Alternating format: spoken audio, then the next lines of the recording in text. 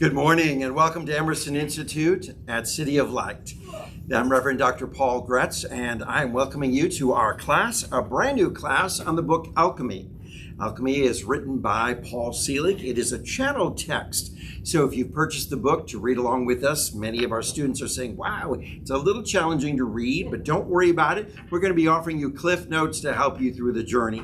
So we encourage you to read along or read ahead, underline keywords, etc. And if you have questions about something, please bring them to our class. We invite the journey of questioning and seeking together. So to prepare for this class, which is class number 1 in an 8-week series, if you're taking this class for credit, it is a 2-credit class in an 8-week journey for your degree program here at Emerson Institute at City of Light. Let me also remind you that if you'd like to have a note packet and you've not received one of these, please let me know. You can reach out to me at my email address, revtpaul@aol.com, and I'll make sure that our registrar is made aware of you and your need for a note packet to be put on the list. And then we just know that you'll be able to follow along all the notes that we share and little cliff notes of each chapter. It'll help you, I think, in our study together. So with that, let's prepare for our class today. And it's great to welcome all of you who are joining us through live streaming or our YouTube channel, as well as those who are joining us in person. We're excited to have in-person classes. We're inviting everyone to turn out, if you're in the Atlanta area, to join us here at the Dr. Angelo Pizzella Wisdom Center on the 3rd floor of City of Light for a great opportunity in spiritual enrichment. And I think it's really powerful when we gather together in person. The energy is so different. It's like one of those experiences of going to a concert and coming back home and you're saying you had to be there.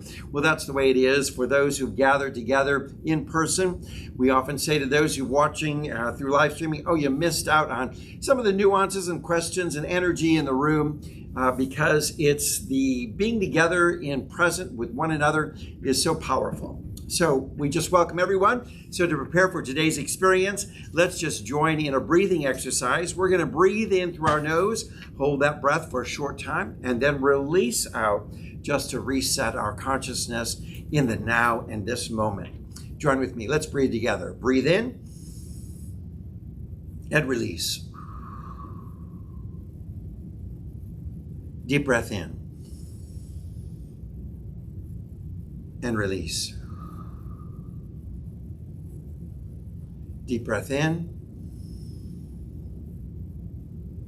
and release.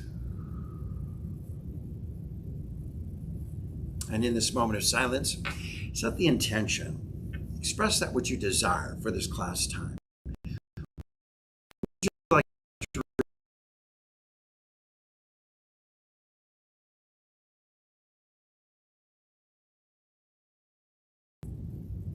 And so it is.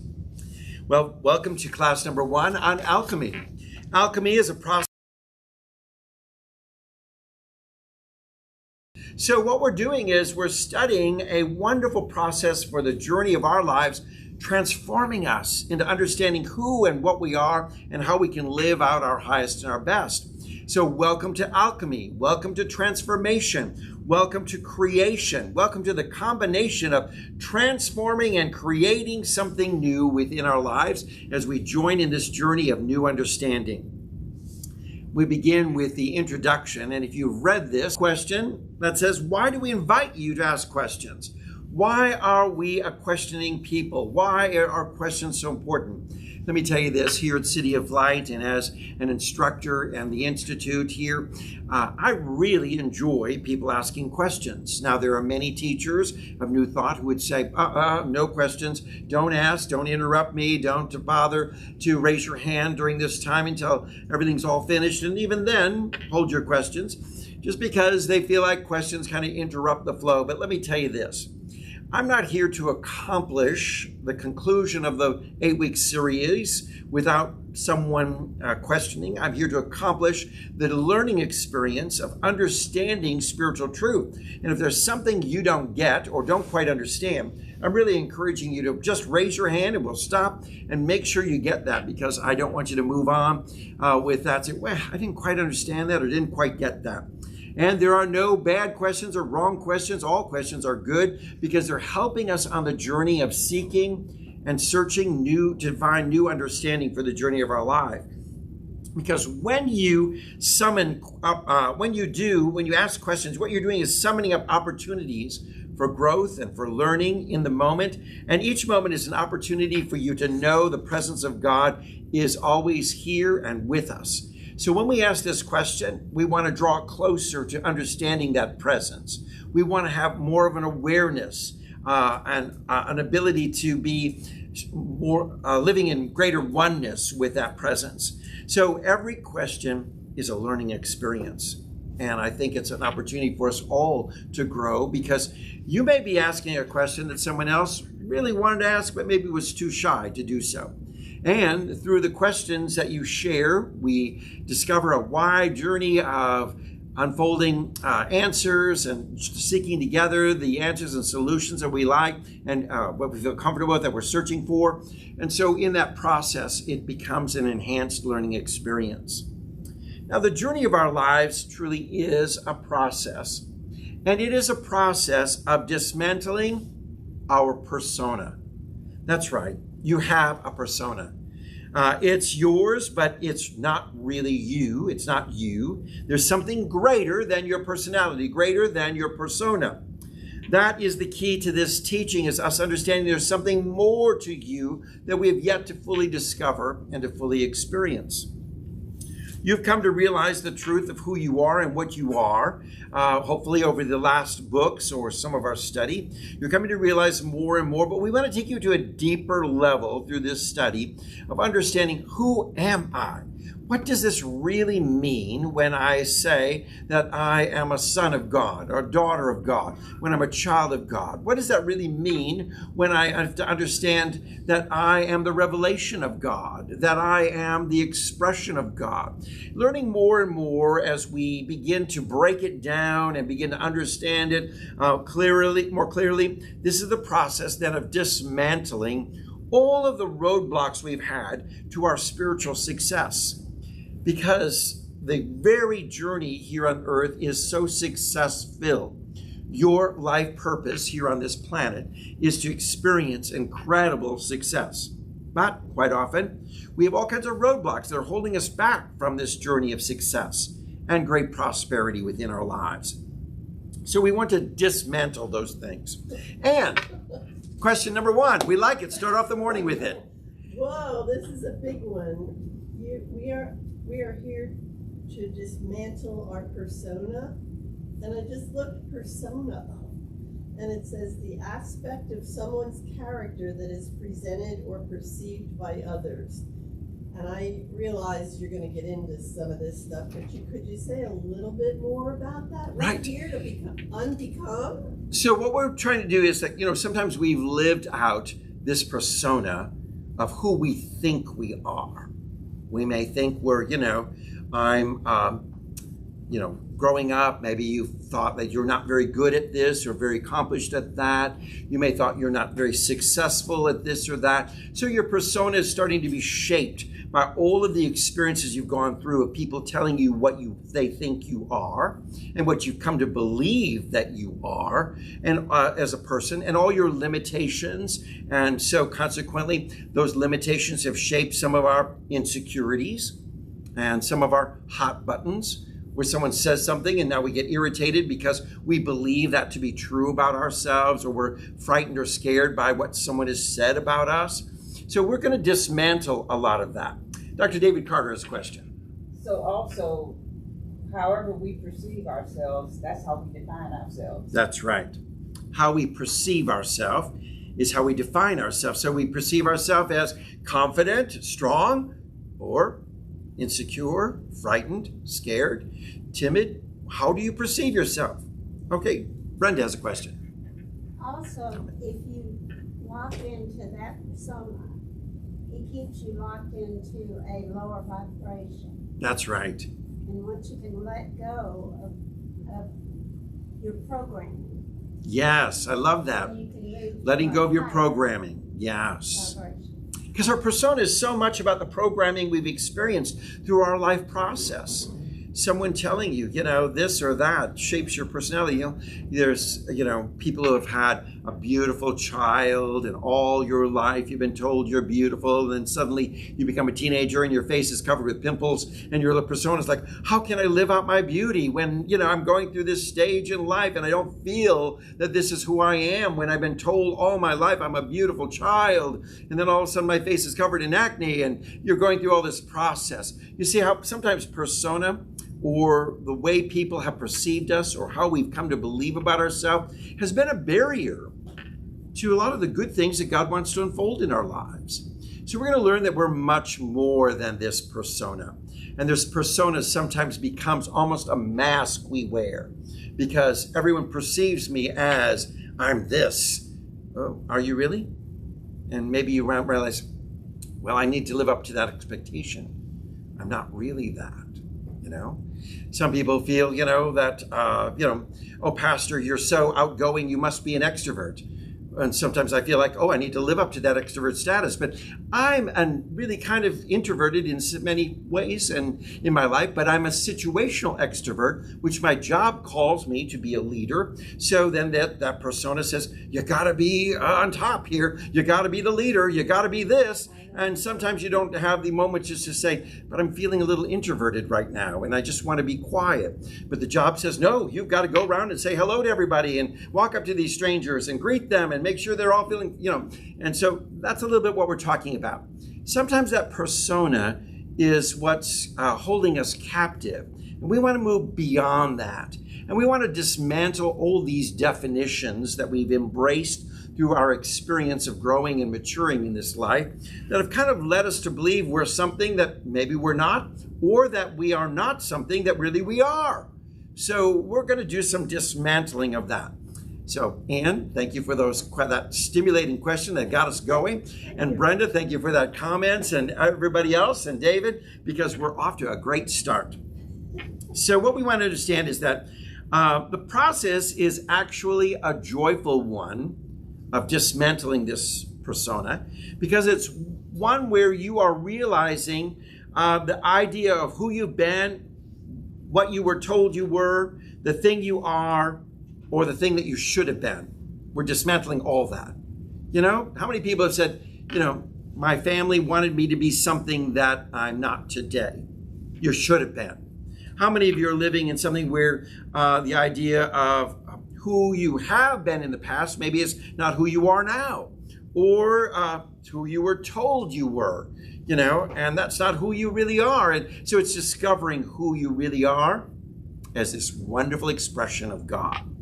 Now, you have chosen to be born, and the true self that is you knows who he or she is and claims the opportunity for growth that is before you. You've chosen to be born. We understand that? We always were. We've always been. Look around and look to each other, because you are probably millions of years old. When you look at that and think about that, wow, you look good for 2 million or 5 million or 10 million, because for eternity, you've been around. You've always existed. And look at how fabulous you look for all those millions of years, right? Well, you've always been, and you chose to be born.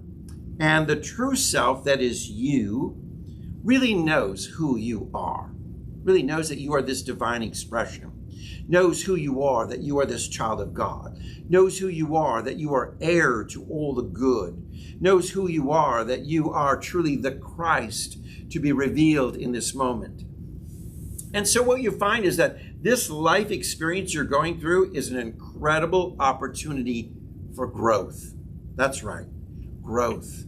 A lot of people don't look at life here, what I just heard today, that life expectancy has gone down to 77 years in the United States over the last 2 years because of COVID-19. So life expectancy numbers changed from 78 down to 77 as an average. Like, wow, okay, wow, the numbers are getting shorter and smaller. Now, many of us hope to go beyond that average.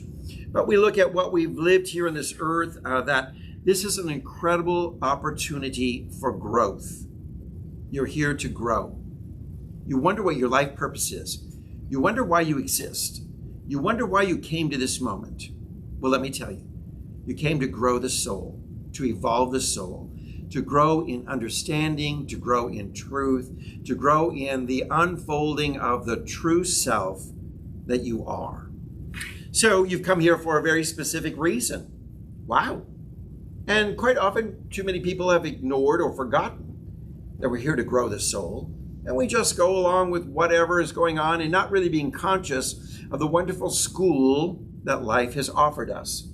How many of you have gone to school and you were not conscious that you were there for a learning experience? You thought you were there for PE, for gym class, for recess, for fun, for goofing off, for writing notes, for causing trouble in class, for being the class clown, or whatever it may be. You may have thought that's what your learning experience was. And then you discover, wait a minute, I realized I was here in school to learn. And that's why we're here in this life, to learn. Lethe. So where we're coming from, we're lacking a lot of things. Because I felt like where we're coming from is like so awesome, perfect to hear an imperfect world. But you're telling me that we really come here to grow. So to grow from better where we were. Okay, great question. So where we're coming from is our true self. But we need to understand that at deeper levels, okay? So we were created in the divine image and likeness of God. That is whole. But every incarnation that you've gone through in this journey of eternity living, of eternal living that you've gone through, everyone is a growing experience to understand who you really are to a greater extent. So you have been created beautifully, but in that experience of life, we've somehow lost consciousness and awareness of the beauty of who we are. So we come to earth to practice this experience, to grow through transition from this life into the next incarnation. We have a new opportunity to experience a new class, a new school environment, a new, shall we say, class subject that's offered to us in the next incarnation. So we always have been, and we always will be, and we're always evolving, and we're always growing, coming into a deeper understanding of how we live this truth. I'm going to tell you this. I have been studying this for numerous years and trying to grasp the fullness and the entirety of what it means to be this divine expression. But in my humanness and in this context of living in this physical world, I realize I have to constantly break through the challenges of doubts and fears that are worth. And I would love to be an expert at that. So I'm honing the craft in this incarnation. And I'm looking forward to the next incarnation and the next one and the next one, coming deeper and deeper and deeper into this realization of my true self. David Carter. Okay, so in keeping with what Lethe said, as spirit, we know all things because we are of God. But knowing them and experiencing them are two different things. So we may know what chocolate is, but until you actually taste the chocolate, I think you don't get the full appreciation of what chocolate is. You may know it, but you haven't experienced it. Ooh, I love that answer. That's a great one. Yeah. Yes, that really helps us understand because we know, but we get to experience. And I think through we experience, we know more. David. Okay, so I have a question. I need to back up just a little bit to what you said previously about we have chosen to be born. I get that part, meaning we've chosen to put on this mantle of flesh. Okay.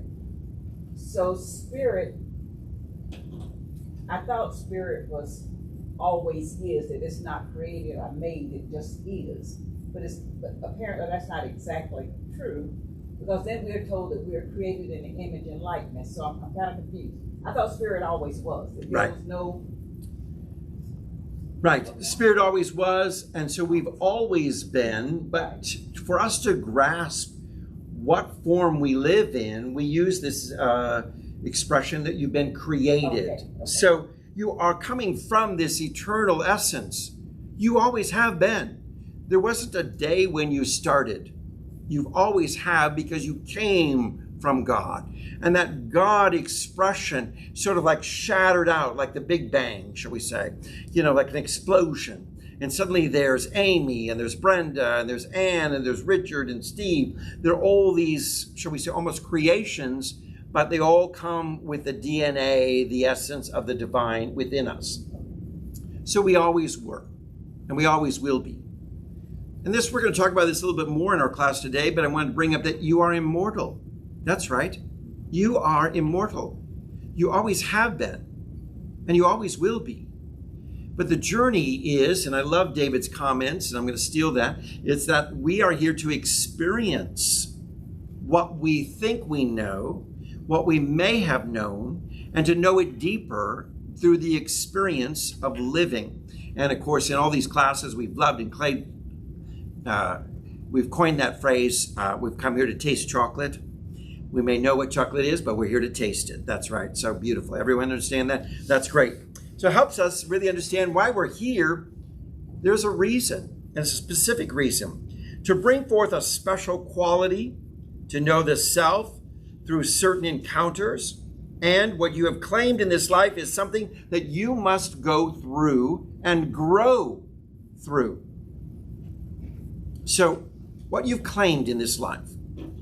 So I do believe that the soul, as it chooses to come into this time and into this era, into this space, has, shall we say, a classroom assignment. You have assignment. I'm going to grow through this experience, and I'm going to learn what it's like. I may have to learn the journey of self-acceptance.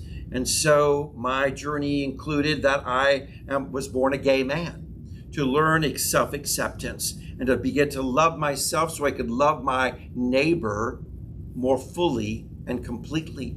So it begins that there's some component that may be in your class assignment that you chose, that you claimed as you come into this time, into this birth, and into this incarnation, into this now. So with that, there's something you must grow through. And how important that is to grow through it. You know, I say it quite often as I've just experienced the passing of my partner of 21 years. And that death experience and the sense of loss can be so overwhelming. But I'm called to grow through it, not to set up camp and stay in that sense of loss, but to grow through it, to push through it, to move through it, to travel through it. And in that experience that it may cause me to grow and to understand the depths of love and care and compassion, the depths of caring for someone who is facing cancer. So many things were in that growing experience that I'm growing through it. And now the sense of loss has enabled me to have a new experience to grow through. And yeah, two things come to mind. The first is Joyce Reynolds and her word adulting. And the second thing is, I look at this and I see the word joyful, and there are many things in my life that I've had to grow through that have not been joyful. But the joyful moment is when you can step back and say, aha, right. That's what I learned from that. And you know, adulting brings you there, I guess. I think that's what Joyce meant by Yes, I love that. grow up and right, maturing. Yeah. And as we mature, everything we're growing through, though we may have thought it to be difficult or challenging at the time, right, we look back and say, you know what, wow, look at how blessed I am because of that experience. I grew through it and I'm better for it. So what we want to understand is that each one of us is actually contributing to the whole by the nature of our presence. So I want to tell you this. Each one of us in this room and those joining us through live streaming and our YouTube channel, we're all contributing together to this growth and this maturing, this adulting experience. As Anne coined that word, we are all evolving, and in the growing experience, you and you and you and you and you are all components that have added together to create this atmosphere for growth and development. So we are all contributing to each other's growth. We're all contributing. So you may say, yeah, you know, I can tell you this. My next door neighbor, you know, he was pretty crazy and threatened me with a gun and called me a homosexual and all this kind of, yeah, That was a growing experience that he contributed to my life of understanding what I'm going through. And I look back and I laugh about it, but I say, there was a contribution to my growing experience, right? So we may look at a lot of things that happen. Maybe that's that person who hurt you. Maybe that person who bullied you. Maybe that person who rejected you or said hurtful things to you. But they're all contributing to your growing experience, making a contribution. So when you look back and you think about the people that have hurt you the most, they contributed to your growth and your development that have made you stronger, made you more mature, made you bloom and blossom in ways that you may not have had before had that you not had that experience. Lethe. You just said a mouthful. The person or the situation that hurts you the most is, and I'm speaking from a personal point of view, is what makes me grow more and even more prosperous, more self-confident. Right. Yeah. Yes. It's so true. You become so much stronger. So we're grateful for the contributions of one another, right? Yeah. Be grateful that you live in a world where people are contributing to your experience and helping you to grow through it. Now, as the divine informs each aspect of self is called into being in a higher way. So as the Spirit of God, this divine essence, this presence of God informs us, makes us more aware of our true self, each aspect of that true self is moving us to a higher way of living. So we want to enjoy these experiences. It's a joyful experience of moving on up. We're moving on up to the east side, to a deluxe apartment in the sky. You all remember that? That was the Jeffersons theme song I was trying to sing off key. But what we're trying to say is that's our mantra. We're moving on up. Dr. David Carter.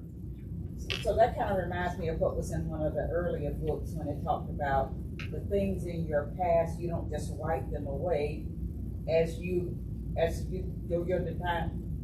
divine self informs you. You begin to look at those things. You acknowledge what is as a witness, but then because you've moved up, you look at it from a higher vibration. And that takes away the sting of the pain, the hurt, the anger, the shame, whatever. Yeah. Exactly. Yeah. Because you're looking at it now from a higher perspective. Yeah. You look at life having greater understanding, a greater clarity, and an appreciation for the experience that you went through and how it makes you a better person. Now, a transition occurs, and what you thought you were is actually released to become the truth of your expression. So when this alchemy, when this transition, when this transformation, when this new, shall we say, understanding unfolds within your life, you're now understanding the truth of who you are in this expression. And what you thought you were can easily be released as you welcome alchemy, as you welcome transition, as you welcome transformation, as you welcome this combination of creation and transformation happening within your life in a powerful way. It's releasing what you thought you were, and you're releasing, in particular, your limitations, your separation, your idea that you are unworthy. You're releasing all of these things that you have created as labels that you've embraced as your persona and taken in. So as this transition occurs, he coins the phrase, I have come. I have come. I have finally arrived. I have realized who I am. I have come. We found in the previous book by Paul Selig the expression, I am here. I am here. So again, he's sort of echoing this very thought, I have come. I have arrived, I am here, over and over again in our teaching. Now, the level of vibratory or the level of accord is the level at which you are being taught. So let's just say this. If you're at this low level of frequency, that's the level where you're being taught. If you're at a higher level of frequency, vibrating in love and joy, that's the level of which you're being taught. So when we understand this, that the soul is evolving, and we wonder why people evolve at different rates and at different times, and it's because their vibrational frequency of their soul, their ability to be in accord, in alignment with God, to be in one accord with God, that's the vibrational level or the level of which they're being taught. So we may say some of us have been held back and we're still in third grade because our vibrational frequency is kind of low. So we're still being taught at a third grade level. But the others have accelerated and gone fourth grade, fifth grade, sixth grade, seventh grade, eighth grade, ninth grade. We're at college level now, and we're being taught at college level about the experiences in life. But some of us have, we haven't passed the third grade test, and we've failed our final exams. And so we've gone back to the school of third grade again, and third grade again, and third grade again. And some of you are over 50 and you're in third grade, and because you haven't learned from the school of life how to understand and move through and to raise that vibrational frequency. So when we use this word accord, and I don't know if everyone through live streaming can see this, but really that word accord, A-C-C-O-R-D, is like a chord, like a musical chord, a chord that is in harmony. A chord has three notes, bum, bum, bum, and they come together and they harmonize in beautiful frequency together. So we're coming in a chord into the sense of harmony, in union. So a chord meaning unity or union or oneness is what we're called to live, and we're called to understand that oneness in our life. And when we do, what we're doing is raising our accord. We're raising our vibrational frequency. We're moving from third grade to fourth grade to fifth grade. The more we embrace a true understanding of oneness, of unity, of being in harmony with one another. So your agreement or the accord, the vibrational level you are living at, is the level which you are being taught. So let's raise the vibration, right? Let's raise our frequency. Let's raise our understanding of that we are one, all one, and that we are living in this oneness, and there is no separation. That we are one with the divine, and that power of the divine is in you right now, in this moment. And all the wisdom of the divine is in you right now in this moment. And all the knowledge that you ever need is in you right now, waiting to be discovered. Do you know that the knowledge or information to create the automobile has always been within us? But someone had to come to this experience of allowing it to unfold. So don't you often ask the question, what amazing discoveries are within you, in your consciousness, that you've not allowed yet to unfold? Maybe we have the cure for cancer in this room, but someone hasn't allowed that to unfold. Maybe some of you knows how we're going to, be so prosperous that we are all millionaires, but you haven't told us how because you haven't allowed that infinite wisdom to unfold. So the journey of our life is raising this vibrational frequency to be taught at a higher level, okay? So that we might comprehend at a higher level. How many of you have encountered a 4-year-old beginning at kindergarten who has a college level understanding? I don't know if I've seen very many of those. Now, there are some geniuses out there, but I will say, for the most part, most 4-year-olds going to kindergarten have a 4-year-old level of understanding. But as time goes by, and as learning and experience goes by, their educational level rises, and their level of understanding rises, so that they are mature enough mentally, emotionally, and spiritually to comprehend things that were always there. Now, that 4-year-old could be taught, calculus and algebra and science and chemistry. The 4-year-old may not have the ability to comprehend that. So it's only through the journey of time that they raise that vibrational frequency, that their educational level, that they begin to comprehend. Now I see, now I get it, now I understand.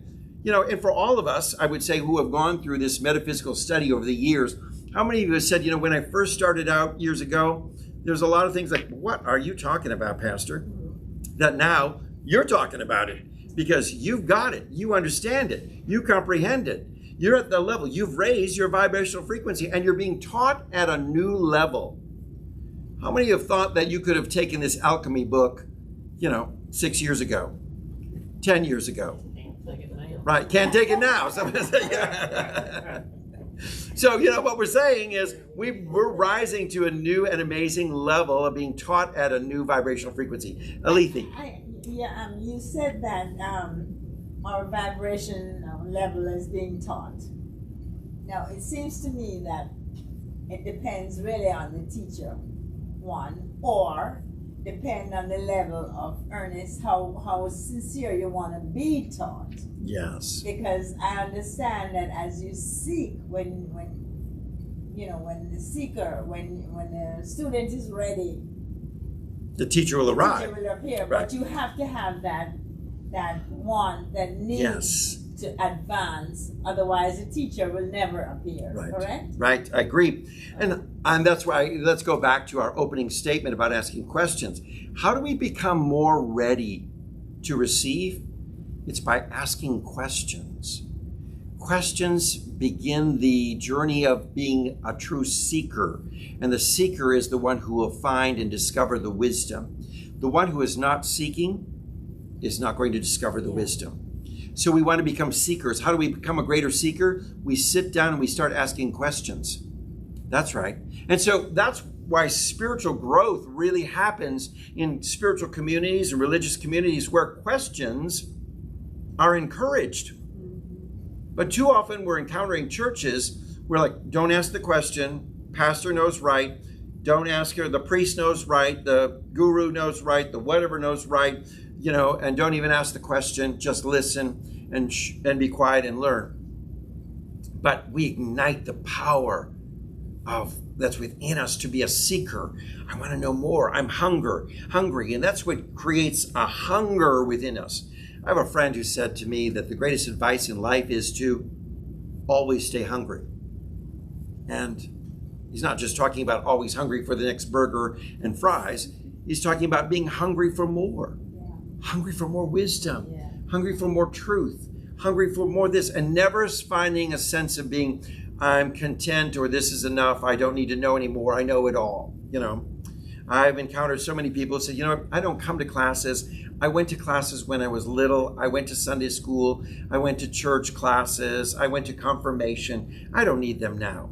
Trouble is, what they've done is just shut down the journey of being a seeker. And so then they're out there with questions, but they're not in formats or in opportunities for them to find the answers. And so they just live with the questions. You know how uncomfortable it is to live with the question? To live with the question that's been haunting you all your life. A question like, why am I here? And never knowing. And never having an answer. Or never having anyone answer that question at all. So, how important it is that we have this environment where we become seekers of wisdom. We're raising that vibrational frequency. All right, Dr. David Carter has a question. Delia Cheney. Delia, great to have you with us. To be in accord is to be in alignment with God, no matter the level. That's your question. To be in accord with, no matter what the level is. Well, I want to say this, that there is, we can begin to be in accord, but there may be greater degrees of being in accord. So we may understand, and so shall we say, we're beginning this chord, and shall we say it's a soft chord, quiet chord. And then it grows in volume, and it grows in volume, and it gets louder, and it gets louder, and before you know, the chord is resounding, and it's really echoing, and you see, that's the growth of being in accord. That's the growth of being in unity. You may understand it to this level, and there still may be challenges within you. Yes, I get we're all one. Yeah. And then circumstances come up, and you go, oh, I guess I didn't really think and live and move and breathe in the truth that we are all one. So this is why we're growing in it. We're moving up. We're expanding in it. All right, next question. Also from Delia. seeking raises the level at which we are operating, but does not take us out of being in accord with the divine. Definitely. Oh no. Seeking does not take us out of accord. It brings us deeper into accord. So what we want to do is constantly be being in agreement, being in alignment. These are different terms that the author is using. Be in accord, be in oneness, be connected with, but constantly knowing that the seeker takes you deeper and deeper and deeper into it. It's like diving into the ocean with a snorkel. You may surface swim with your mask and look down at the ocean bottom. And you may be breathing and feel like, I'm in the ocean, I'm in the ocean. Oh, but when you submerge and go down and dive down deeper, you are deeper into the ocean and closer to the what you're seeing on the ocean bottom, to the sea life, to the sea urchins and the coral and the fish and all the beauty of the ocean floor. You see, this is what we're called to do, is go deeper all the time in this. Now, some of us have chosen difficulty in order to grow through things, and we choose to force things or agree to struggle based on our low vibrational level. So there are those in our world who've just chosen the journey to struggle, and they believe struggling is ordained for their life, and they think, that's how I learn. I learn through struggle. A lot of us learn through the school of hard knocks, don't we? Wow, I wish I'd gotten that earlier. Why didn't I listen to my parents? Why didn't I listen to an instructor? Why didn't I listen to a teacher? Why didn't I listen to someone else who, gave me advice? I had to learn the hard way, right? And we all know someone like that, and that may have been our personal experiences. We had to learn the hard way. So a lot of us may be choosing a pathway of difficulty, and we think that this is how we need to grow through things. But let me tell you this, struggle and difficulty, or to force things, is not being in alignment, it's not being in accord, it's not being in oneness with God. Because in God, there is no struggle. In God, there is nothing to be forced.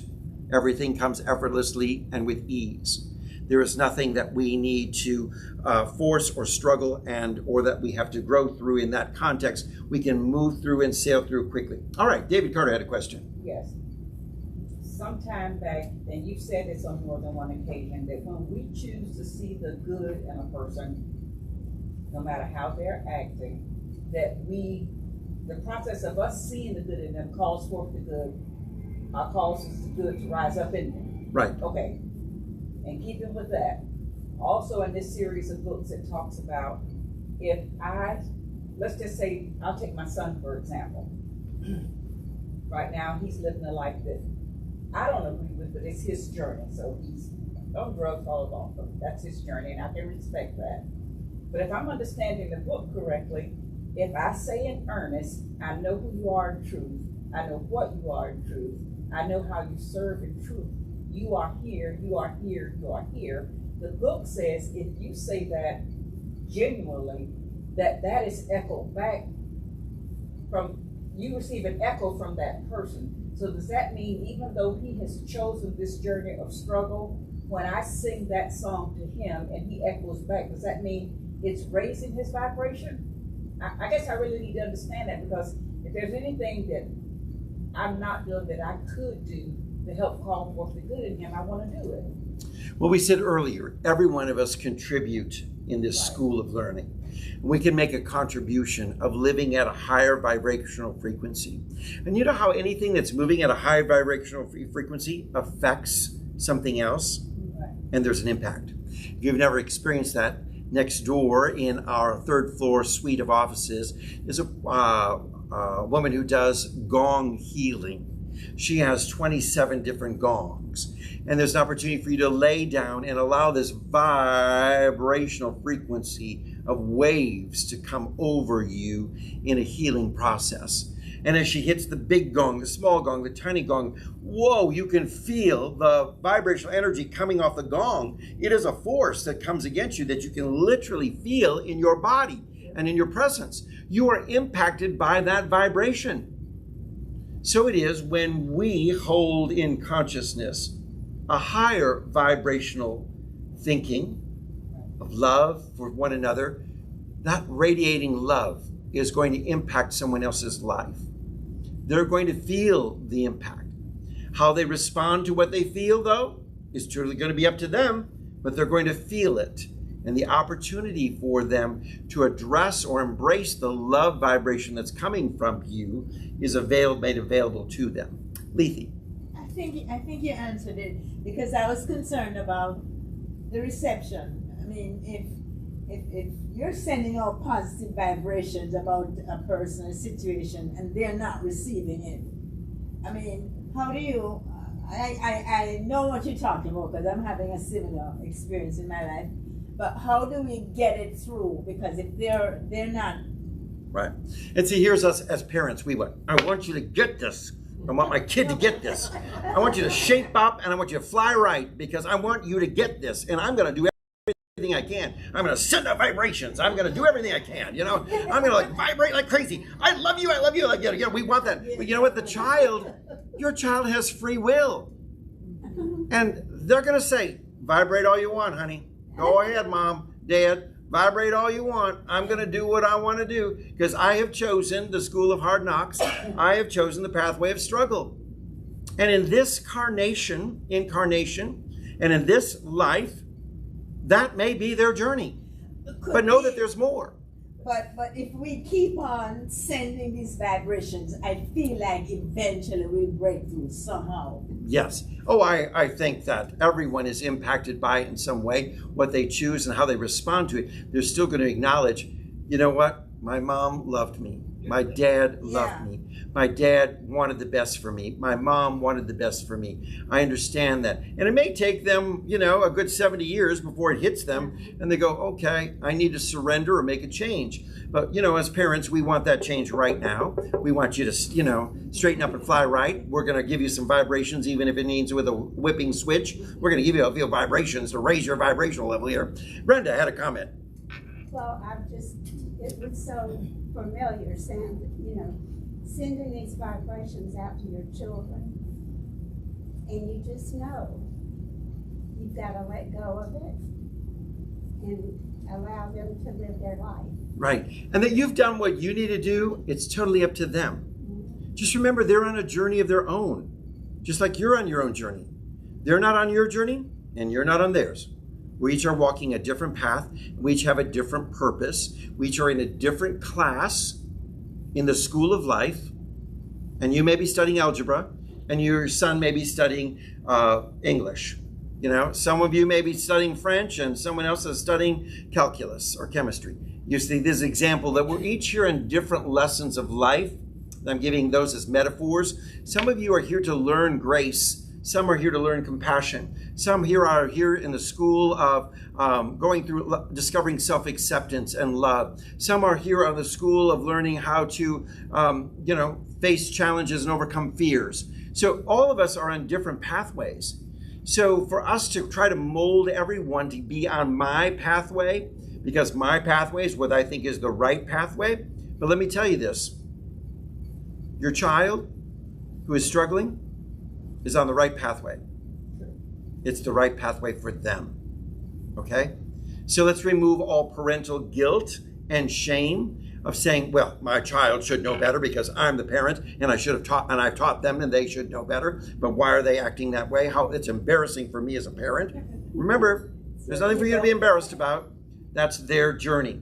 Okay, another comment.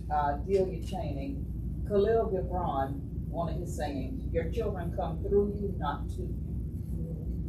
Children come through you, not to you. Right. So, a beautiful thought. We could expand on that a lot. I heard it another way. Come yes. through you, but not from you. But not from you. I've heard it that way, yeah. Come through you, but not from you. Yes. You, but not from right. Exactly. Beautiful expressions from the great teacher, Gilbran. So what we want to understand is that some of us have chosen these pathways, and when he's using the illustration, when you incarnate in lack, you create the opportunity to learn through lack. When you incarnate into a world of struggle, you have the opportunity to learn through struggle. So whatever you've come into in this life, you have the opportunity to learn through it. If you've come into this life and you were a child of a billionaire and you're extremely wealthy, that's your opportunity to learn through that and all the unique challenges that it offers. So whatever life has given you that you may have chosen in this journey, it's your opportunity to learn through that. And the denial of the divine just simply enhances this struggle. When the divine is reknown, all struggle is released. So what it's saying is this: when we understand who we are as a child of God, then the struggle with fear goes away. When we understand who we are as a child of God, then the struggle with lack goes away. When we understand who we are as a child of God, when the struggle with, whatever it may be, our own ego goes away.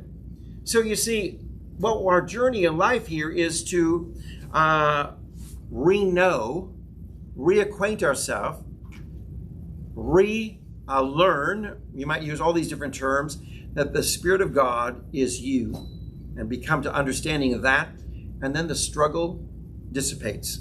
Yes, Dr. Carter. Oh, I was just going to comment that, as you say so often, when you change your thinking, you change your life. And if you don't like the way things are going, change it. That's right. That's right. And that's your opportunity to change your thinking. Is the life has given you an opportunity to change your whole journey.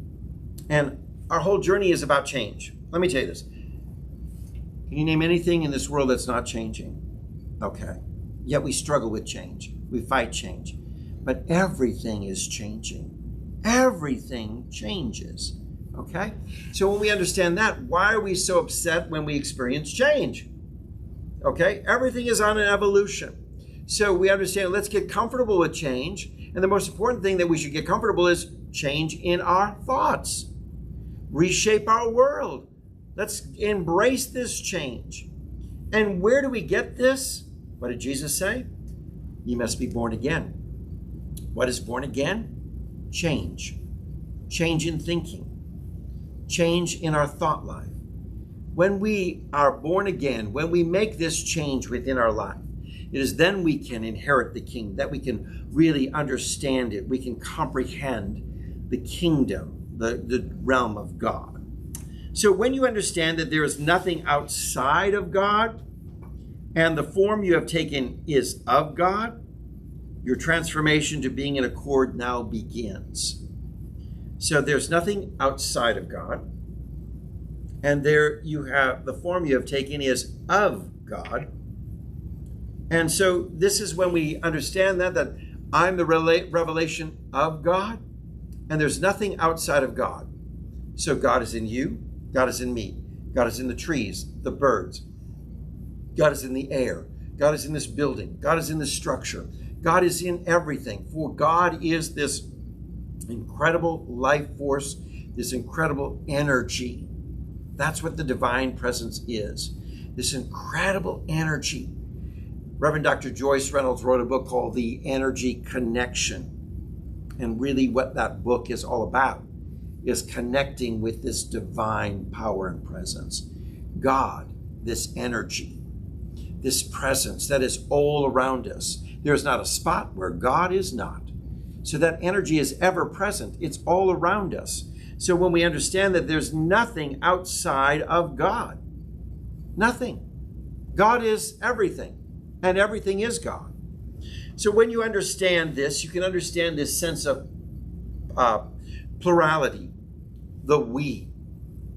The author is bringing out this, that the we is the divine, God expressed as you, your we, and it's inclusive of all things.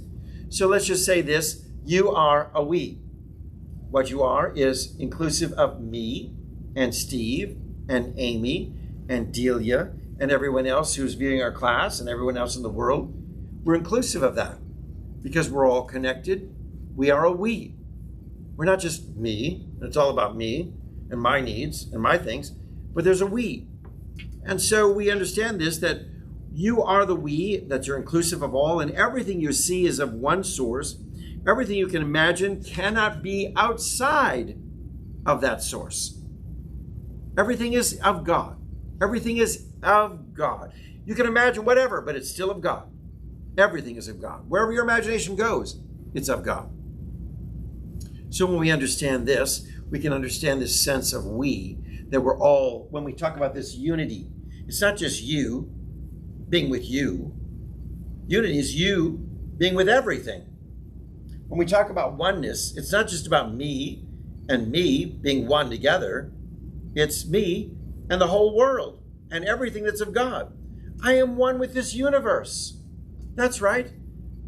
You're one with Pluto. That's right. You're one with Venus. You're one with Mars. You're one with every galaxy. You're one with all of this. You're one with everything and everyone and everything you can imagine. So that's why we express this understanding from a we, that we're inclusive of all things. So this process of alchemy is really dismantling the old, releasing your old self-definition of limited, separated, struggling, unworthy. You become the expression of self as the monad, meaning one, or the true self, or the Christ, the authentic self, who has come as you, okay? And when you understand, you become this expression of true self. This is one who does not fear, who does not hold vanity, or doesn't hold a claim of being in accord, but not really being in accord. You really are in accord when you understand your true self, okay? You're beginning that journey of unfolding deeper understanding of that. You do not become the Christ becomes you. So when we think about that, wait a minute, I don't become the Christ? No, because you've always been the Christ. The true self is that. The true self is the divine. So it becomes you, not you becoming it. And so many in our spiritual traditions, we're trying to, Jesus, come into my heart. I need Jesus in me. I'm trying to get Jesus. Let me get Jesus. Give me Jesus, Jesus, Jesus. No, honey, just let Jesus out. The Christ, the wonderful divinity, the awareness, the example that Jesus was for us, release it. He was showing us who we already are. He was showing us every story in the Bible is your story. And it's revealing to you who you really are. That's right. You really are Peter. And you really can walk on water. You really are Mary. You really are the disciples. And you may have these experiences of doubt and betrayal that the disciples went through. You really are the healer that they are. You really are the witness and the light of the world that they are, because their story is your story. So when we understand this, what we understand is that our journey is one of remembrance. We are remembering the divine within, and it exists beyond the persona. That's beyond your personality. It exists beyond this, beyond what you've been taught or would seek to see or to affirm the idea of what you think you are. This is remembering the divine, the divinity within you and how powerful it is. So how many of you have used the divinity of God today? Wow. Did you demonstrate the divinity of God? How many of you did something loving, caring, kind? Well, I hope you all are raising your hands inside your heart and life, because you're saying, I've intentionally been God. I've intentionally been the revelation of God. I've intentionally been the expression of God today. And I have really brought forth love, grace, compassion, forgiveness, healing. I've done it all. I want to do it all. That should be our agenda. So with that, let's dig into chapter number 1. That was the introduction. Lots of good stuff just in the introduction, right? Here we go into chapter number 1. Okay, Dr. Carter. Okay, before we go into chapter 1, let's go back to the statement, you do not become the Christ becomes you. I want to make sure I understand this from a context of another New Thought writer who made the comment that God became man so that man can become God, and that the true meaning of Christmas is the birth of Christ in man. Does that jive with this? Yes, so we might use the words birth, meaning understanding, awakening. What was the other word you had? Say it again. Man, so that man may become God. And Christmas is the birth Right. of Christ in man. So becoming, meaning our awakening or our revelation of what is already there. So how he said that sounds a little bit more biblical literal than being metaphysical. But he's saying the exact same things. We just have to break down the words that we are just awakening to what you already are. Your whole journey on this earth is to experience what you really are. So we might say, hey, you came as chocolate, now experience yourself as chocolate. You know, we might say that you came as good, so now experience yourself as good. You're learning to experience those things that you already are. But how we really embrace them is through the experience. You know, I can give you directions to get to my house, but if you drive, you know more how to get there. Because the direction, now did he say at that 5th stop sign, before you hit the chicken house, turn to the left and go to the right, and then when you see a cow, you've gone too far. Well, those kind of directions can be a little crazy, right? And you may not, but when you've driven it yourself, you've had the experience, and you know more what all those directions mean, right? So here's what I'm saying is that how important it is that we experience. So becoming, birthing, are all experiencing who and what we are. Chapter 1, the denial of God. In this journey of alchemy, we are preparing for what is yet to come in our lives as we dismantle these false ideas. So let's start dismantling this false idea that I am just human. Let's dismantle this false idea. Top of page 3, that I am less than. Let's dismantle this idea that I'm somehow separated from anyone or God. Let's dismantle this idea that God wants me to struggle. We're dismantling all these false ideas, and we're really preparing for what is yet to come next when we removed all these barriers. There's so much more to come. We are removing, and as we do, we are moving to a next level of vibration. And I love this, we're re-seeing. And as we do, we have some new realizations. We're moving to heaven, and heaven is the awareness of the divine in all. We are in agreement, and with it and our vibrational level, we are in agreement with it, and our vibrational level is changing. And we know that if you are light and the tree is light, well, there's only light. The author used that simple illustration. You know that you're light, and you said the tree is light, well, everything is light. We could go beyond just the tree as an example, but he's giving, as you look at something outside of your life, it's light, then you know that everything is light. If we know that God is in you, and we say, oh yes, I feel God in me, then we know that God is in other people and other beings and other creations. So we know that to be true. That we're not separate from anything because it's impossible to be separate from anything. So just ignore that. That is my phone. So what we want to do is just realize that there's nothing in our life that we are separate from. We are called to live in this sense of accord, unity, oneness. But what happens is that there's a denial of this presence of God in our lives. And that denial is what's keeping us from our great success. We deny that we are the revelation of God. We deny that we are God in this experience here, that we are not God in totality, no, but God, but the expression of God. Does that make sense? Okay. So what we understand that Amy is not God alone, but she's the expression of God. I am not God alone. I'm the expression of God, and together we are expressions of God. We are the revelations of God. We are the voice of God. We are the hands of God. We are the presence of God in this world. In everything you go through that you encounter in life, you must do so in the awareness of the presence of God in all things. So the presence of God is in every experience you've gone through.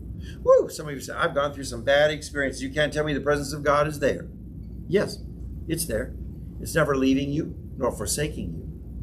You just may have not acknowledged that presence in the midst of the struggle or the experience you were going through.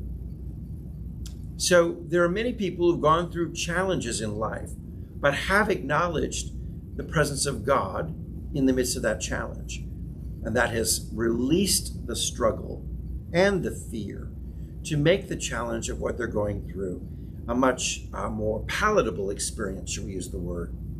So our problem is we have denied the fact that we are a divine expression. And so when we deny that, the struggle and the fear and all this becomes so much greater.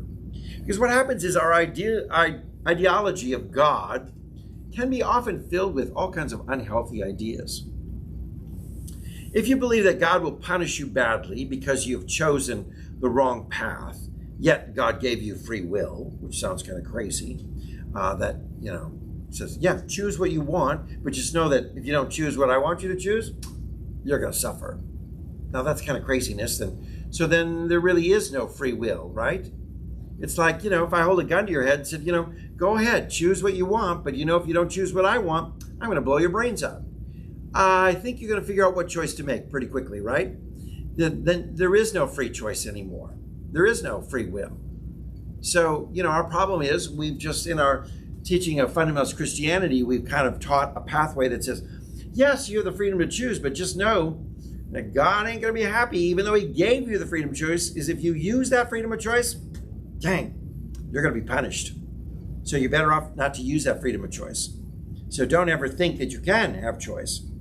Or if you begin to believe that God will do something for you because you did what God wanted you to do, sort of manipulating God. God, I pleased you. I went to church, so now I need to win the lottery. God, I did this for you, so I need to win the lottery. God, I did all these kind of things. I'm bargaining with you. I've been a good boy. I've been being all these nice. I read my Bible today. So what are you going to do for me?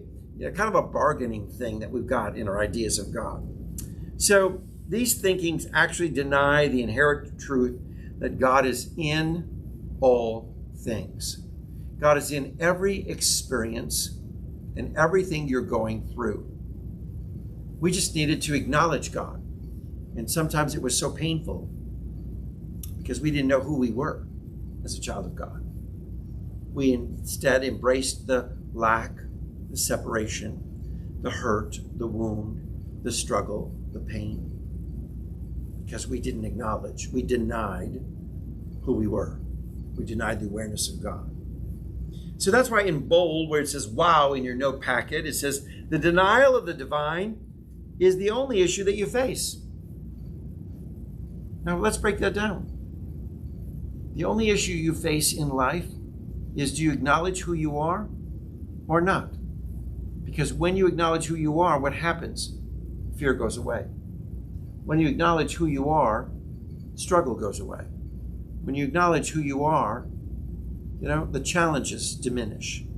When you acknowledge who you are, you have the strength to go through anything and everything because God is in every moment. So our problem is in our world that we've just simply denied the divinity within us. And here's the biggest challenge we have, because in our world of Christianity, so many people will say, I've never been taught that the divinity is within me. I've been taught I'm a sinner. I am born in sinful, naughty, hurtful, terrible nature. That's right. I'm just trash. I'm born, and that's who I am, and I've been born into this human nature that is so bad and so vile. That's all I am, and so I'm unworthy. How could I be an expression of God when I am just so low on the vibrational level? You see, that kind of teaching has kept people, and that's where they learn. They learn from this lower level. They're learning, trying to struggle with God because they're learning, I'm unworthy. I'm unloved. I am trash. I am a wretch. I am a worm. All these terms that, Christianity has cycled over and over again in this sense of feeling that we are just not good enough. So what we want to do is break through that, and I've just encountered so many people are saying, for the first time in my life, it dawned on me, I am divine. I'm created in the image and likeness of God. I didn't know what that meant. In fact, no one really explained that to me. I didn't ask the questions, and so I never knew. I just thought, well, that meant how I was formed as a man or a body. That God created me in the image of God and likeness of God. So that means God has 5 fingers and a nose and, blue eyes or whatever, we got that idea that that's what that meant. It means that the DNA, the expression of the goodness of God is deep within you. And that's who you are. So God in you, through you, around you, and for you. The instant you stop denying the divine, you are living as the eternal self. So you begin to claim, I have come. I have come. I am here. That's who I am. I'm in this moment, and I am the I am. I am the divine. The divine has come. I am within. The I am within, I should say, is here, now, present, working, and manifesting. That's what we're saying. I've come. I've arrived. I've awakened. I'm here. I'm in this moment. And who I am is this divine expression. I am not this failure. I am not this person of lack. I am not this 5'10" Caucasian with thinning hair. I am definitely not that. I am all, whatever, what I mean? We may look at all these things that we want to say that we define ourselves as, but when we move beyond that, this is what it's all talking about. So the divinity within you is not manufactured, it's inherent. It is the basis of all expression, meaning the word. The divinity within you is spoken. It is the word revealed. So when we understand this, the word, meaning the creator in articulation as form, we speak the creative word. God spoke the creative word, let there be light. And there was light. And that light is the expression of God, right? So it is that each and every one of us have been formed of God. We are the expression of God. We are the expression of the articulation of God. Let there be man. Let there be this. Let there be that. Let all these things are the articulation. So what you are is, I am Word. I'm the expression of God. I am Word. I'm the creative force through my body. I am Word through my vibration. I am Word through my knowing of myself as Word. So do we understand that? For that which God has spoken is who you are. God breathed. God spoke. God created. And that creative force just expanded. And that's why we kind of look to the whole creative force as like an explosion, shattering of all kinds of particles going out. And that's Amy, and that's Ann, and that's Brenda, that's Richard and Steve, and that's Delia, all going out in this wonderful explosion, but all an expression of the divine. The author goes on to bring about an interesting expression called the upper room. The upper room is the level of the Christ mind that you may embody and that's available to you. So the Christ mind, the very mind of Christ, this Christ consciousness, this awareness that the power of God is in me right now. The wisdom of God is in me right now. The strength of God is in me right now. The perfection of God is in me right now. The wholeness of God is in me right now. Yes, this frail body may be aging, but you know what? Within me, the true that I am, the true self that I am, is this wonderful, infinite possibility ready to birth forth, not only in this incarnation, but in the next, and the next, and the next. Because let me remind you, you are eternal. You always have been, and you always will be. We're going to talk more about that. So he uses this analogy of an upper room. Where do we find the upper room experience in the Bible? Pardon? Pentecost, the story of everyone gathering in an upper room, okay? Coming together where the disciples and the body of believers all gathering together and tarrying in the upper room. A beautiful spiritual metaphor for us. That as we tarry in this upper level of consciousness, an upper level of thinking, When we tarry in the Christ consciousness, we then come into one accord. For the very story of Acts chapter 1 and 2 tells us this very thought. They tarried in the upper room, meaning they dwelled in the upper room. They meditated and rested and existed within the upper room. And when they were all in one accord, it says, and that accord is not a Honda, it is truly being in unity. That's what it means. When they're all in one accord, when they were in a sense of unity, the amazing birth of the Christian church happened. The movement of their holy boldness coming upon them, and the day of Pentecost happened as they began to go forth and preach and teach in ways that people of different cultures and experiences began to understand wholly and completely. So here's really important that we're invited to go to the upper room. We're invited to come into Christ consciousness. You're invited to walk into and embrace, shall we say, or awaken to, we can use all these different metaphors, or just simply realize the mind of Christ is yours.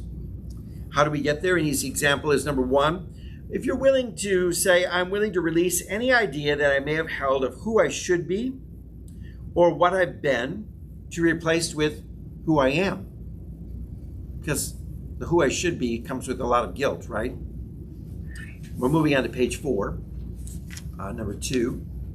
We want to release these ideas because they're holding us back. Number 2, I am willing to release reliance on things that have been named, known, or have agreed in the past to simply believe. So I release my reliance on the fact that I've been taught to believe I'm a sinner, that I'm no good, that I am trash, that I'm a worm, that I'm unworthy. Jan. One thing I learned in school as a school nurse, elementary level, is that children, in the face of neglect or absence of a message other than, you're a sinner, if they're not even getting that, they're not getting anything, they will take on the negative.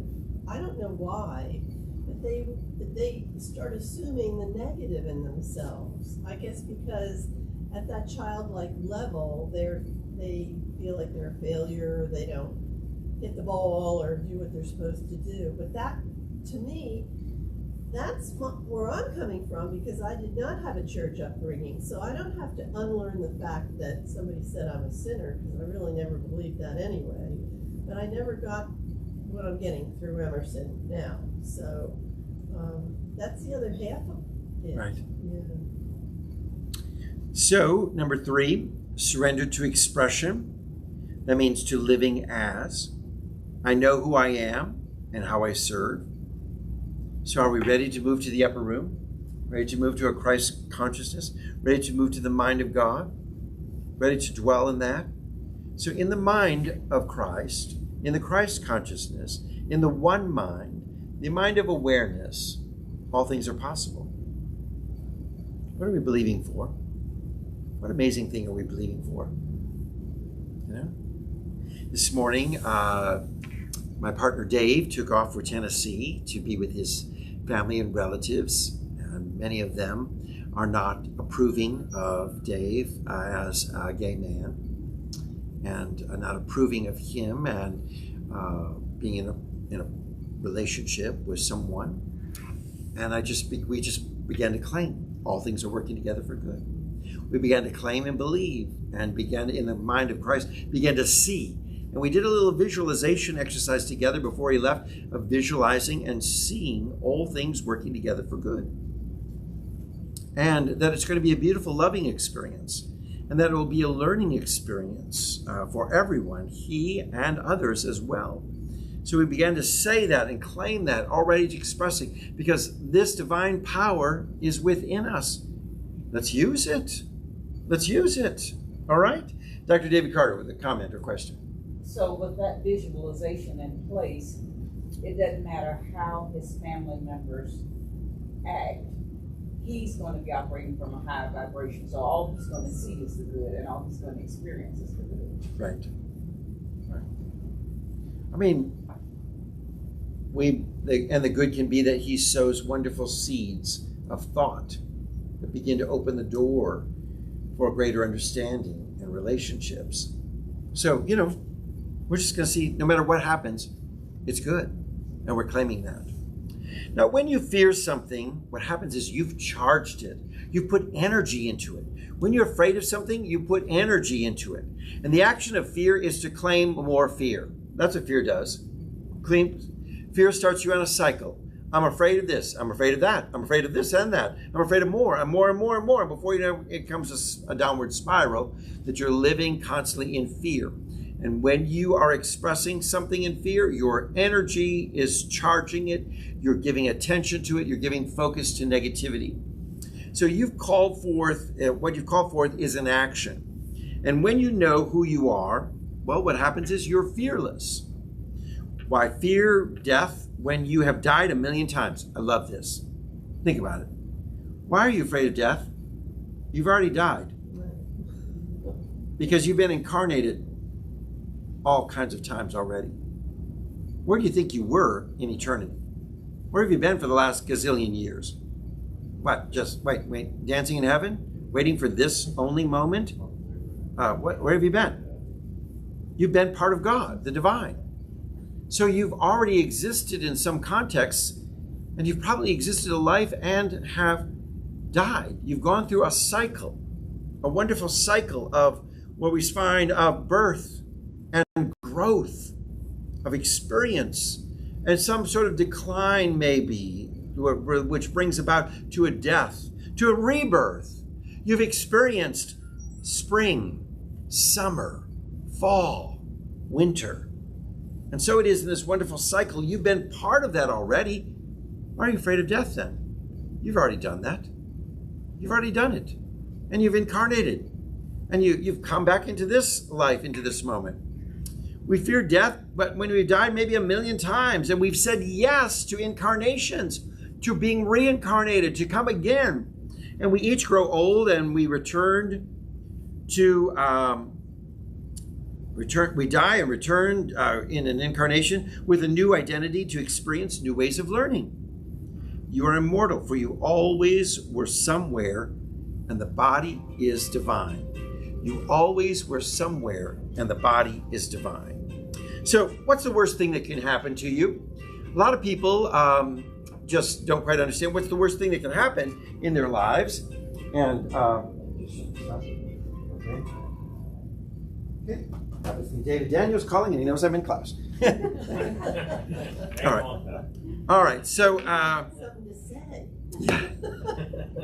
So what we're actually experiencing is, what's the worst thing that can happen? And a lot of people say, well, the worst thing that can happen is death. What's the worst thing that can happen? Well, okay, I lose my job. What's the worst thing that can happen? Well, I lose my job and I lose my house. Okay, well, you lose your house, and what's the worst thing that can happen? Well, I'm out on the streets. So what's the worst thing that can happen? I'm out on the streets and I freeze to death because it's winter and I'm cold and I die. So what's the worst thing that can happen?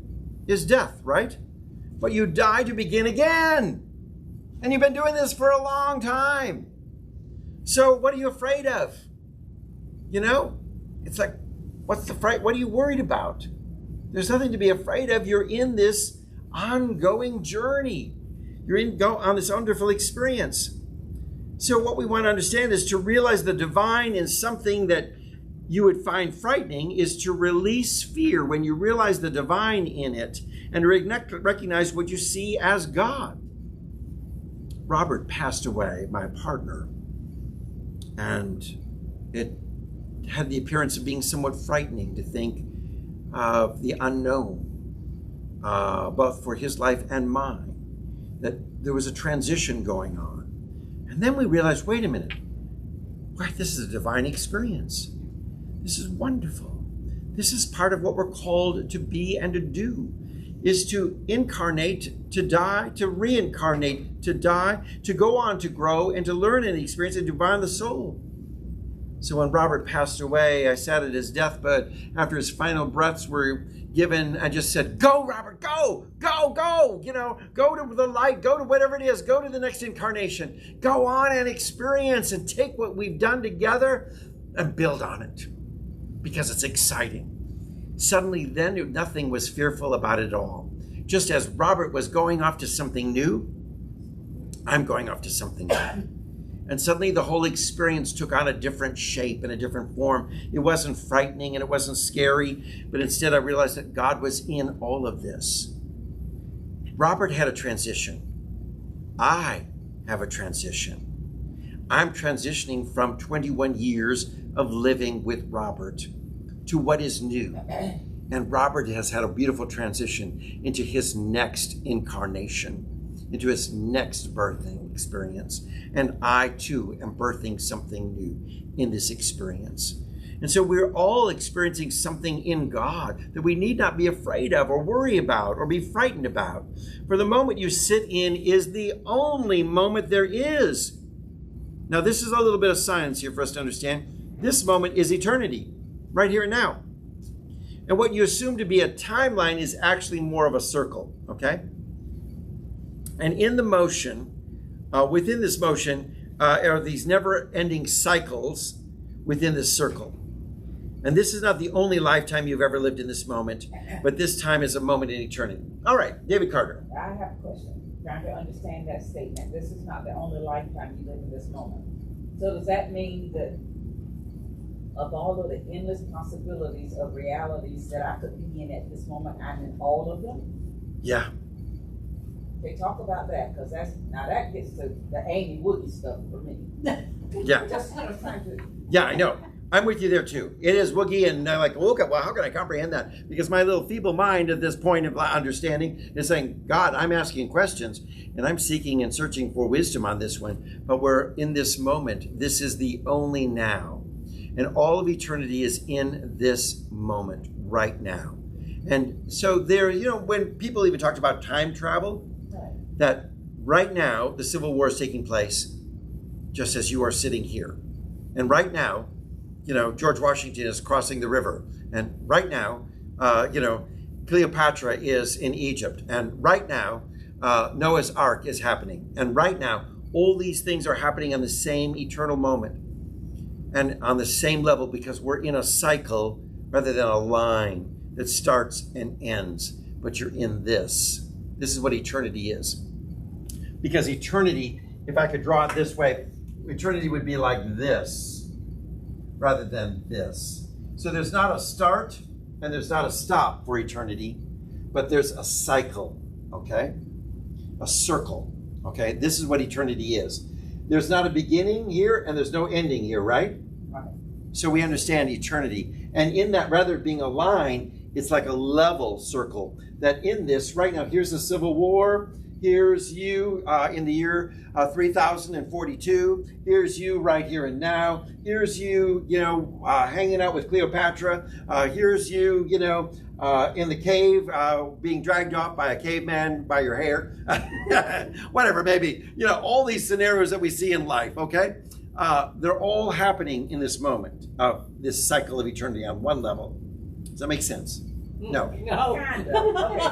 So you're not necessarily saying that every possibility that I could choose at this moment exists. That's not what you're saying. You're saying that in this moment is the only moment. So in this moment, everything is happening. Yes. And I'm part of that everything. Right. Because we want to say, okay, here's this moment, and here's this moment, and here's this moment, and here's this moment, as if we're moving along from moment to moment to moment. But here we're in eternity. There's no beginning. It's on a level circle like this. You're just cycling through all these cycles in this moment, in this eternity right here. Yes. Okay, so it doesn't matter what reality I choose. Whichever reality I choose, I'm still in every single moment in a continuous right. circle. Okay. Steve. Well, it almost sounds like you're talking about time travel and he's talking about parallel universes. Yeah. Well, yes, and in parallel universes, I mean, we always say that there are all these options already prepared for us. Right. So which one are you choosing? Right now you could choose that what's being prepared for you is your success or your failure. Right. And it's already ready. Your failure is already ready for you, and your success is already ready for you. Which one are you choosing? And it's like, okay, your journey is going on, and oh, you chose failure, okay. And the next time you're choosing success. And it goes on and on, but everything is already prepared for you. So in life, it's like we talk about, let's make a deal, and Carol Merrill is standing in front of all these different doors. Which do you want? Door number 1, door number 2, door number 3. They're all prepared for you. All of this is out there right now in parallel universes. Which one are you choosing? And it's all because you have freedom of choice, that the universe is waiting for you to choose on this pathway of the soul learning through experience. So as you choose, you're making choices to say, oh, you opened up door number 1. Oh, Amy went for door number 2. Oh, Brenda went for door number 3. Okay, but they were all available and all ready for you. Now, door number 1 could have been there, but you chose door number 2. Okay, it's all up to you and your choice on Parallel Universe. Okay, but getting back to the statement in the book, it doesn't matter which door you choose. You are still in every moment, whether it was for the path or what. It's all because it all is happening at the same time. And that's how time is viewed. Because now you say this constantly to me. You say, because you and I have had these discussions, like when someone dies, do they get to spend 50 years in eternity playing the harp and dancing with their relatives and seeing their old folks? And That's what I want to do. right. I don't want to come back. I want to Right. just Amy, you enjoy gotta come back. spirit. Or do we choose to incarnate? And some teachers will say, well, the minute you die, that light at the end of the tunnel, someone says, is the womb opening to the next incarnation. And that your soul just moves right on into the next incarnation. So, I don't want that. so I said, well, wait a minute. So in other words, the soul is now moving into the next incarnation as you have your last breath here. The energy of the soul doesn't dissipate, doesn't go in. It just moves into the next being, okay? So that's a theory. So then you've said to me, well, could that moment of death be in time 500 years? Exactly. But it appears like a moment. And that's exactly what we're saying here. So could this moment be just one moment, or could this moment be seen as 500 years because the universe doesn't know time like we do? We think time on a linear line, that time starts and it ends, but it never starts and it never ends. So when we understand that, could time be, this is the starting, this is the ending of what? 500 years, or because it was just in that moment. So when we die, we don't understand what time will be like in eternity, because we're in eternity now. And how many of you feel a gazillion years old? Well, remember, there was never a beginning for you, and there's never an ending for you, okay? So you always will be. So when you understand that, well, wait a minute, what's time? Time means nothing then, right? Because you can't even grasp the concept of time. What is 100 years in the light of a gazillion billion eternal years that never has a beginning and end? It's nothing. I don't even, you could say it's a second. It's not even a blink. It's not even a twinkling of an eye. It's nothing, because it would be so small in comparison to everything that's going on in this cycle. Okay, as your life is going like that, your soul is going this way. And within it are all these different experiences that you're going through, all these different incarnations that you're moving through. They're all on the same, you might say, on the same level. Okay, so all these incarnations are then happening at all these different experiences. So that's why some people say, you know what? I think I had a past life experience. I think my mind slipped into, and I was Cleopatra. Oh my Lord! I just woke up to, I had a past life experience, an awakening. You had it now. Did you fall asleep and move in time travel back into this same moment that's happening at the same time? You see, it's kind of woogie-woo thinking in this that they're presenting to us. So when people say, like, I had this dream, and I dreamt I was a monk in a monastery, and I was having this spiritual dilemma or whatever, and it was really real, and I really felt that's who I was. Well, maybe that's taking place right now. At the same time, you are who you are. And maybe the next incarnation, you're like, I had this dream I was Amy Jones and I was in Dr. Paul's class for Alchemy. I can't even believe it. Well, yes, sci-fi number 7, alien on the planet Uranus. That's right, Amy. That's right, sci-fi number 7. You were Amy Jones. Okay, whatever. I'm just using kind of a comical illustration of how this might all happen at one time. Yes. Okay, Dr. David Carter. Dear Cheney, Yes. it's hard for me to conceptualize a multidimensional experience. Still trying to practice being in the now. That's right. Yeah. Right. Oh, I so agree. Sometimes we can get so heady with all this, and because again, as our vibrational level raises, we're going to be taught at that level. We'll comprehend more and more. So let's be about the business of just raising the vibrational level, and we'll come to understand that all by and by. As the old phrase goes, we can understand it. It'll all come to us, and they'll be there. But just let's work on the raising of the vibrational level, and the understanding will be there. Let's work on the now, on this moment. All right. So let's move on. Know that you call or attract to yourself, what you call or attract to yourself is what you give to another. Do you understand that? So if you're giving love to someone else, that's what you're attracting to yourself. If you're giving fear, if you're giving hate, you're attracting that to yourself. I had someone the other day says, I don't know why so many people just hate me. And I said, well, honey, you say a lot of hateful things. Like, duh, it should be there. It's pretty well clear for us that you attract into yourself exactly what you say, what goes on in your life. So whatever you're saying is what's coming back to you. So, if we begin to realize that now karma then becomes the opportunity, and the world is your school, and you have come to learn. So let's learn by sowing what we desire to reap.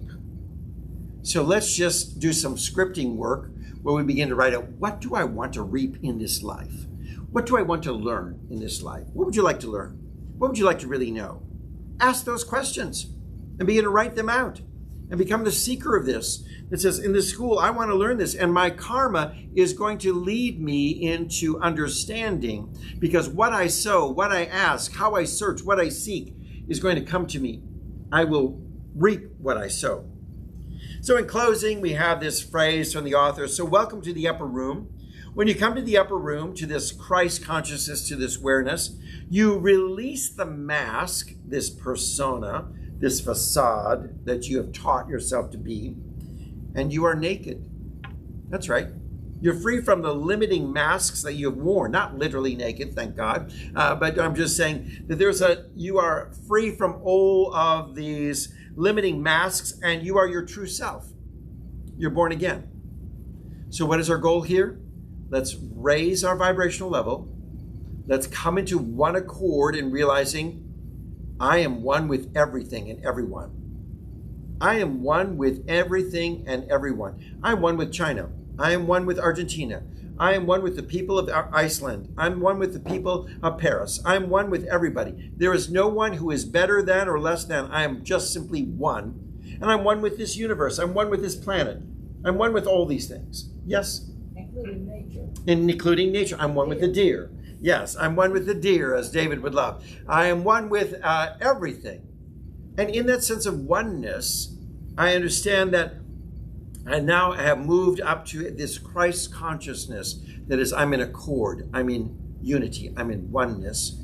I'm in this inclusive thinking and thought process that then removes all fear.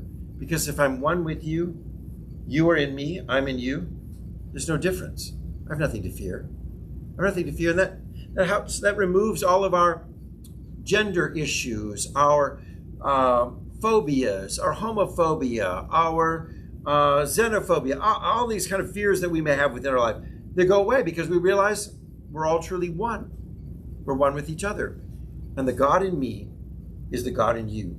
And the God in you is the God in me. When we get that, we're dwelling in the upper room, a higher consciousness. And the upper room is where we want to be taught at that level of understanding. All right, thanks for being with us in this class. I hope these Cliff Notes have helped you. that you've helped to understand this chapter a little more. We broke down a lot of what he was saying and what he's thinking. Let's get some feedback from each and every one of you. What's your takeaway? What aha moment or what stuck with you in this class as we begin this journey? All right, let's begin. Let's start with Steve. What's your takeaway? A migraine. A migraine. Well, but to go back to the early part of the class, when we were talking about persona, in Latin that means mask. So whenever someone tries to define you, they're really looking at your mask, and you're not your mask. You're not your persona. You're who you really are can be summed up really in one word: undefinable. You could use words like soul or love or divinity, but really, if you really focus on those words and try to define even what is love, it's really, even that's undefinable. It can only really be experienced and expressed. Right. And even when you see an expression of love, it's not like you know the totality of love. Exactly. It's just one expression out of an infinite amount of expressions of love. So who you are really is undefinable, ultimately. And so anyone who criticizes you, that's not who you are. Anyone who really praises you, that's not who you are. Right. You know? Right. I mean, I know in the Gospels, you know, they went up to Jesus and said, "Good teacher," and he says, "Hey, look, only God is good. Only God is good. You know, that's it. Don't be looking at me like I'm good. Right. Only God is good." So really, it's one thing to be, looking for, the good and not the bad, but really, good and bad, you can't be defined. Right. You just can't be defined because you're beyond definition. And don't we love to put labels and definitions on people? But this is where, in the understanding, we move beyond that. Okay, Dr. David Carter. So I have a question. So if you were introducing yourself and he said, "Tell us a little bit about yourself," I'm Steve the Undefinable. I'm Steve just as a child of God. Yeah. I'm Steve as the Christ itself. I normally just say Steve. Okay, but they said, "But tell us a little bit about yourself." Would you tell them about this persona that you've been sewn into, or would you? Well, it would depend on who's asking me. I don't think they want a total metaphysical answer. It may be, "I'm Steve, I work at City of Light." Not I'm Steve and I'm the personification of divinity. You have to know your heart. That's true. So be careful when someone asks you. Right, yes. And you want all that. All right, let's go to Dr. David Carter. What's your takeaway? In everything you go through that you're encountering in life, you must do so within the awareness of the presence of God in all things. That's a good thing for me to remember. It doesn't matter what it is, whatever's going on, God is in it. Yeah. Plain and simple. And if God is in it, then to me that takes my mind to good, because God is good, and good is God. Right. Amen. Beautiful. All right, let's go on to Amy. What's your takeaway? I was doing pretty good, thinking you were able to spin this first, the introduction and first chapter to Understandable until David brings up this time business, which now my brain is like, but I just thought, hey, look at it this way. It's, like we think of time linear, and having a start and a finish. Well, there's no such thing as a start to finish.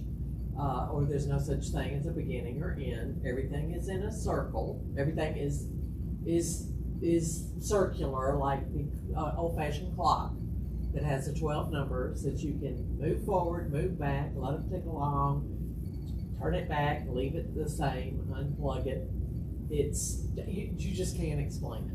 Right. But I'm still confused. Well, it's kind of for that, David. and so, but you did a beautiful explanation there, because if this is time, it's just right here and now.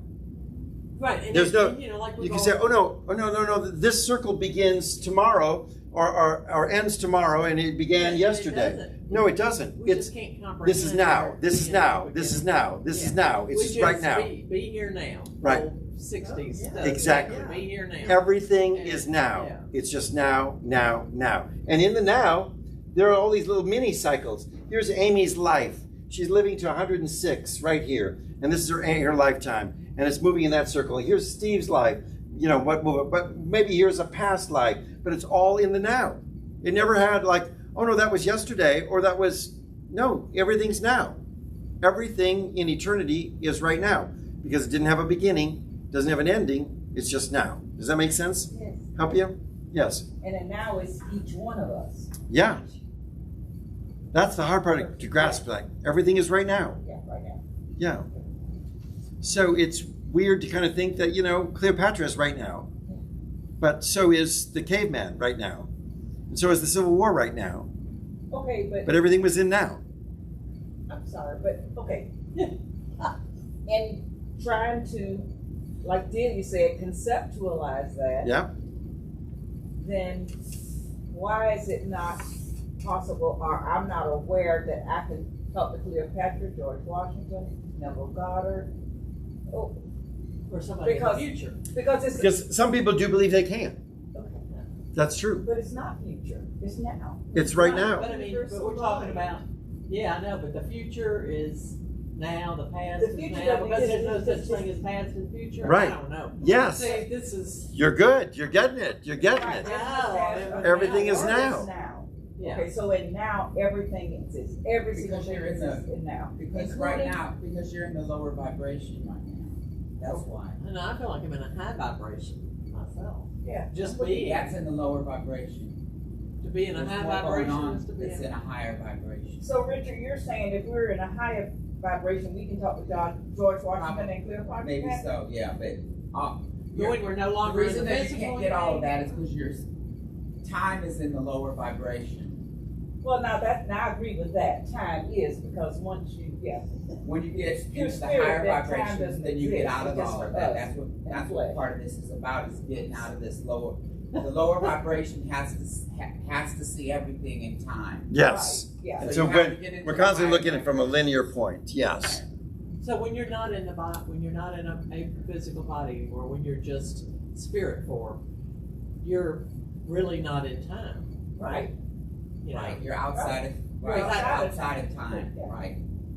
right? You agree And- with us? And in eternity, there is no time. Right.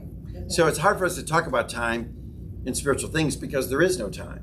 But in the physical, we've created time, a concept of time, to help us deal with life, that we were born and we die, and that's time. Or the class began at 10:30 and will end at Yeah, we 2:30 at the have to rate we're have going.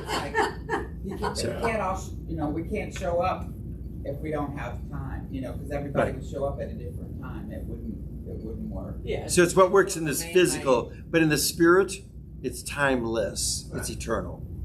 Wow. All right. Because you say that time is necessary for expression.